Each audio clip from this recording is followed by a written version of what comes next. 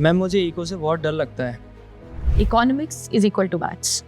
जब ब्रेन को बार बार फेलियर मिलता है तो वो कंक्लूड कर देता है कि ट्राई करने का कोई फायदा नहीं है। Economics is basically the science of decision making. UPSC का हिडन एजेंडा यहाँ ये टेस्ट करना होता है कि स्टूडेंट लॉजिकली कॉज इफेक्ट को समझ रहा है या नहीं समझ रहा। ये पूरा चेन समझ लिया तो आप 50% इकोनॉमी के लॉजिक बेस्ड क्वेश्चंस को आंसर कर सकते हैं।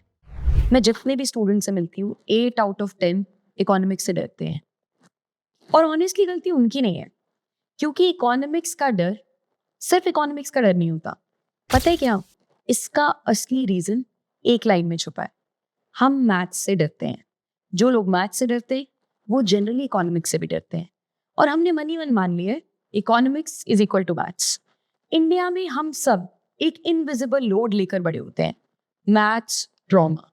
स्कूल में मैथ्स में गलती की, बोर्ड के सामने खड़े कर दिए जाते थे, क्लास हंसती थी, टीचर बोलते थे तुमसे हो नहीं पाएगा, होमवर्क समझ नहीं आता था, पेरेंट्स भी फ्रस्ट्रेट रहते थे, मैथ्स के ट्यूशंस लगवा रहे हैं, ग्राफ्स देख के हार्ट बीट बढ़ जाती है, अलजेब्रा तो समझ ही नहीं आता। और धीरे धीरे हमने अपने आप को ये सेंटेंस समझा दिया, मैं नंबर्स वगैरह वाला सब्जेक्ट समझ नहीं सकता, और हमें लगता है इकोनॉमिक्स भी नंबर है। बिहेवियरल इकोनॉमिक्स में इसका एक टर्म है, लर्न्ड हेल्पलेसनेस।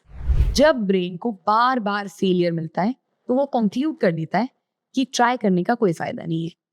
और नोबेल प्राइज विनर डेनियल कानेमन का गोल्डन लाइन है, ह्यूमन ब्रेन सर्टेनिटी चाहता है, नंबर्स सर्टेनिटी को डिस्ट्रॉय कर देते हैं, क्योंकि पता नहीं है ना क्या नंबर आएगा न्यूमेरिकल के रिजल्ट में। इकोनॉमिक्स में नंबर्स होते हैं तो ब्रेन फ्लैशबैक मोड में चला जाता है, पुराना मैथ्स ट्रॉमा अलाइव हो जाता है, उसके सारे सीन सामने आ जाते हैं। इसीलिए जब स्टूडेंट्स इकोनॉमिक्स सुनते हैं तो तुरंत उन्हें ग्राफ्स याद आते हैं, फॉर्मूला याद आते हैं, कॉम्प्लेक्सिटीज याद आती है। बट सच कुछ और है, यूपीएससी में इकोनॉमिक्स का सिलेबस 90% लॉजिक है और बहुत कम मैथ्स है।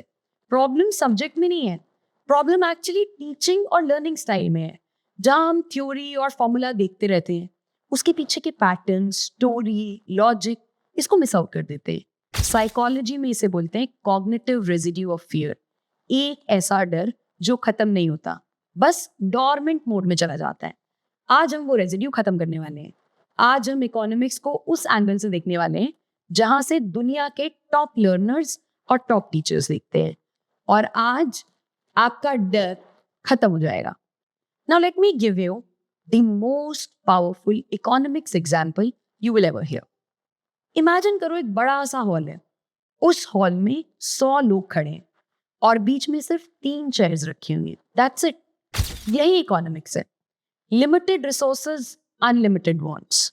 और अब सवाल सिंपल है, कौन बैठेगा, कौन खड़ा रहेगा, किसको मौका मिलेगा, किस बेसिस पे मौका मिलेगा, किसको मौका नहीं मिलेगा और किस बेसिस पर नहीं मिलेगा। अब अगर हम कहें जो ज्यादा पैसे देगा वो बैठेगा, तो ये हो गई मार्केट इकोनॉमी। अगर हम कहें सबको इक्वल चांस मिलेगा, ये हो गया वेलफेयर अप्रोच। अगर गवर्नमेंट बोले कि गवर्नमेंट डिसाइड करेगी कि कौन बैठेगा, ये हो गई प्लान्ड इकोनॉमी। अगर वोट करवा दें और तब डिसाइड करवाएं कि किसको चेयर पे बैठने का चांस मिलेगा, तो ये हो गया डेमोक्रेटिक एलोकेशन। और अगर पावरफुल लोग ये चेयर्स ले लें तो ये हो जाएगी मोनोपोली, क्रोनी कैपिटलिज्म। ये सिर्फ चेयर्स नहीं, ये पूरे इंडिया के सारे डिसीजंस हैं।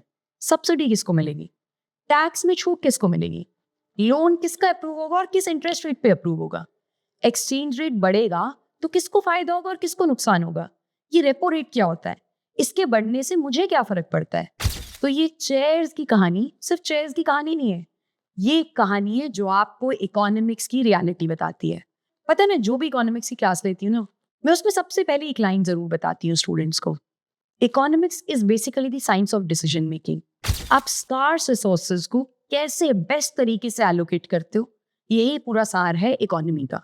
और यूपीएससी के हर सवाल के पीछे एक ही कॉन्सेप्ट होता है, अगेन स्कार्स रिसोर्सेज का फेयर एलोकेशन। ये लॉजिक अगर समझ लिया तो आगे सब कुछ इजी हो जाता है। अब हम चलेंगे अपने 5 स्टेप इकोनॉमी लैडर पर। ये वो लैडर है जो आपकी इकोनॉमिक्स की फाउंडेशन को स्ट्रॉन्ग बनाता है। सबसे पहला स्टेप, वार्म अप स्टेप। यहां आप सिर्फ 5 फंडामेंटल कॉन्सेप्ट समझ सकते हो। जीडीपी, इंडिया क्या प्रोड्यूस कर रहा है, इन्फ्लेशन यानी महंगाई, जो सबको इम्पैक्ट करती है। पर क्यों करती है? फिस्कल डेफिसिट, सरकार कमाने से ज्यादा खर्च क्यों करती है? डिमांड, सप्लाई, प्राइस को कैसे इन्फ्लुएंस करते हैं? और मॉनेटरी फिस्कल पॉलिसी, ये सब में आरबीआई क्या करता है? गवर्नमेंट क्या कंट्रोल करती है? ये वार्म अप सिर्फ 2 दिन का है, लेकिन ये आपके ब्रेन को इकोनॉमिक्स के लिए रेडी कर देता है, बिकॉज ये वही 5 बेसिक कॉन्सेप्ट्स हैं जिनसे सारे पीवाईक्यू स्टेम करते हैं। दूसरा stair, India structure stair.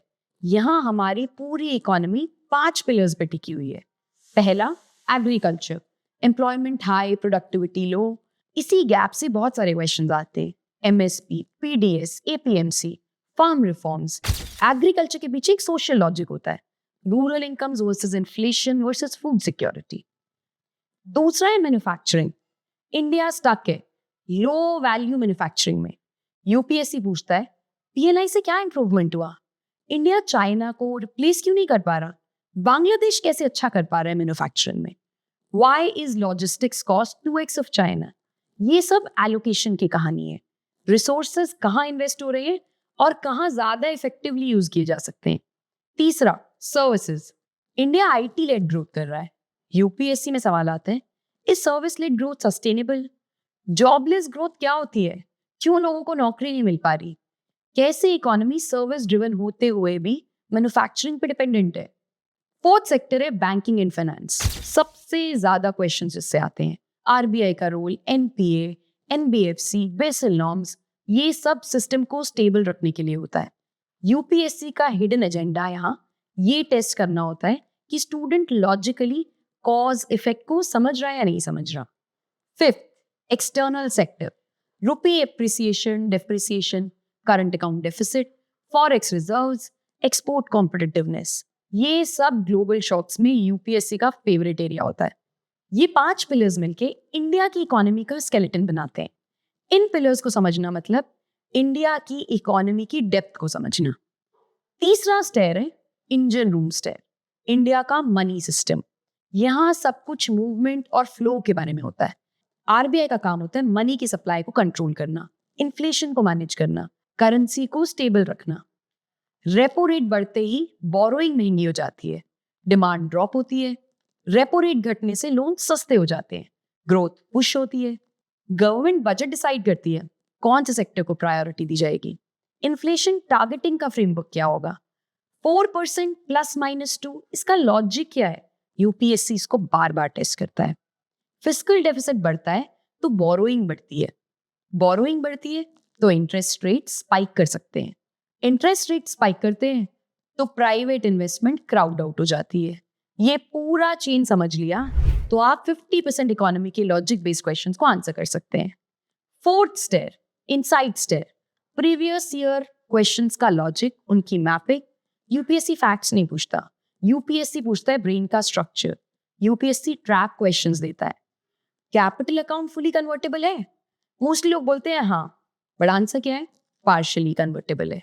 UPSC contradictions को टेस्ट करता है। इन्फ्लेशन बढ़े तो करंट अकाउंट डेफिसिट इंप्रूव होगा या खराब होगा।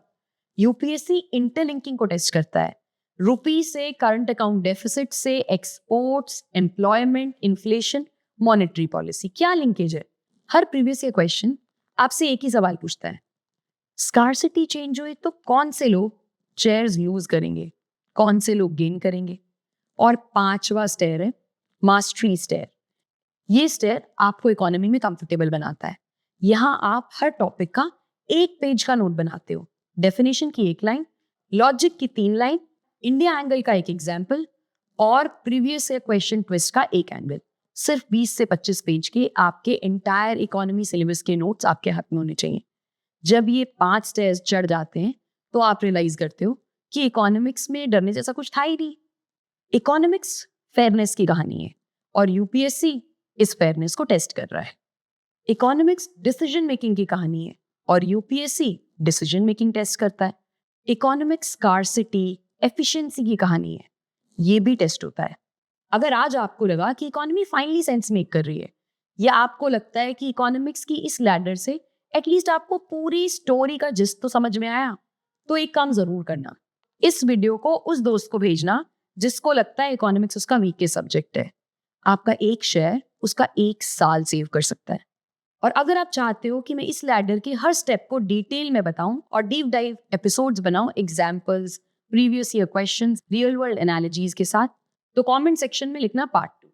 आज से इकोनॉमिक्स आपका एनिमी नहीं है, इकोनॉमिक्स आपकी स्ट्रेंथ है। Let's climb this ladder together and erase the fear of economics. Thank you for watching this video.